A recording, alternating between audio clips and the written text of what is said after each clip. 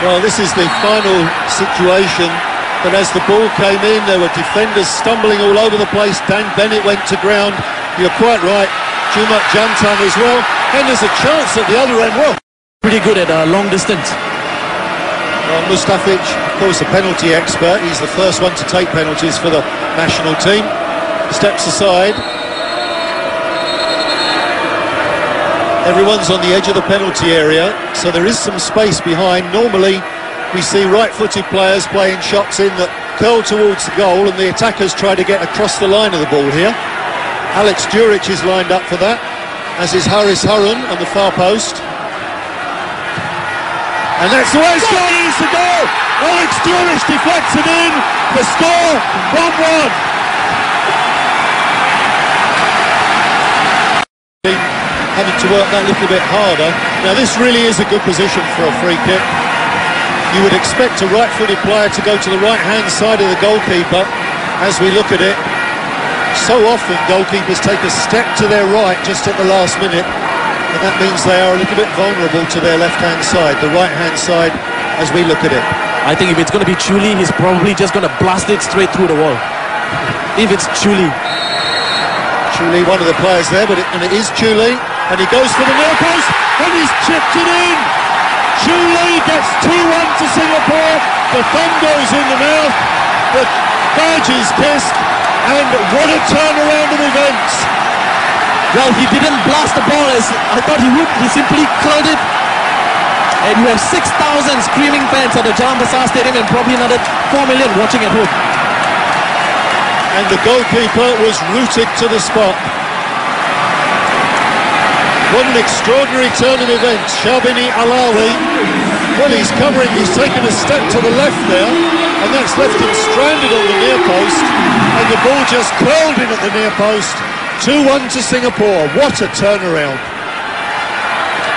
Singapore, and what an end to a half that started so badly for the home side. Unbelievable, Jamie, unbelievable.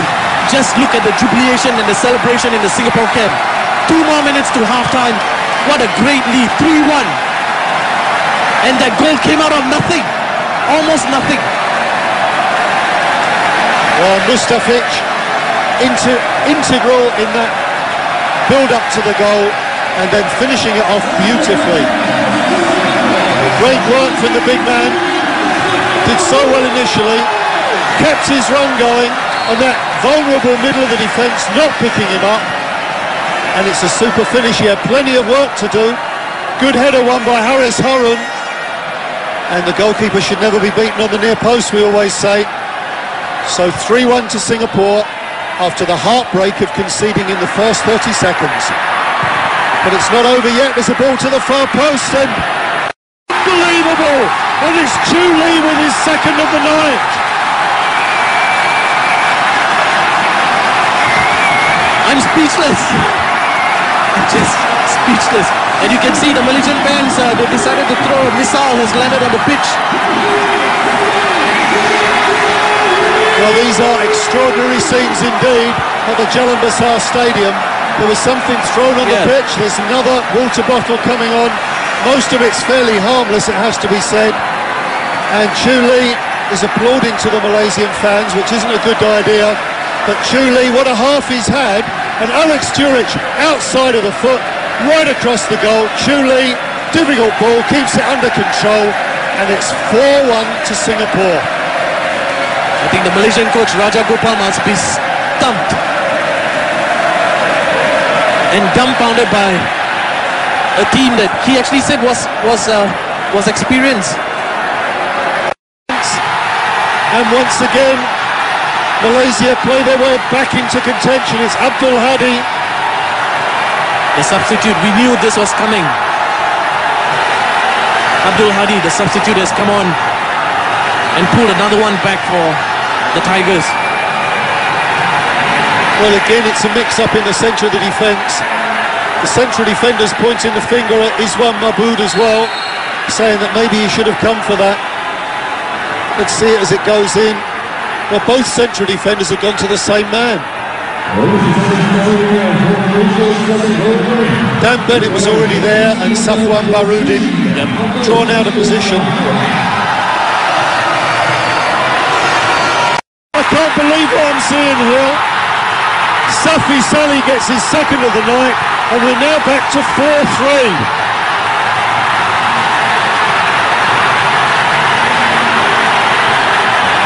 Well, if Singapore could score two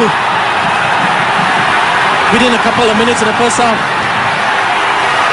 I don't see why Malaysia could not replicate the same form. Well, Safi Salih given far too much room there. It took a nice deflection as far as he's concerned, but in the space of just a moment, Singapore go from cruising at 4-1 to the good to being 4-3 up and looking at their opponents having scored 3 away goals, and suddenly the pendulum swings in favour of the away team. Where's the marking? It's deflected off Dan Bennett. Deflects off Dan Bennett off the inside of his leg there, a little bit unfortunate. And it's an extraordinary game. I've been working on Singapore football for over 20 years now. Can he hold it up? Great turn! Alex Julai, at 40 years of age, turns and fires in at the far post.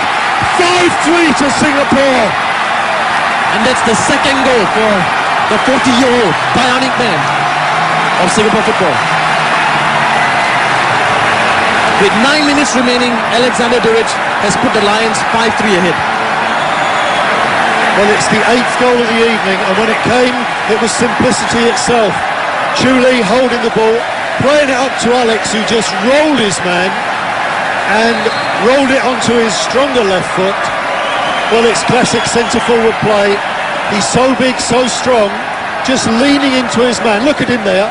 And he just rolls in, just gets that yard, and he always goes across goal. That's right, just one mistake by the defender, and he got turned in the wrong direction. That was it. That was all he needed. No chance for the goalkeeper, Shabini.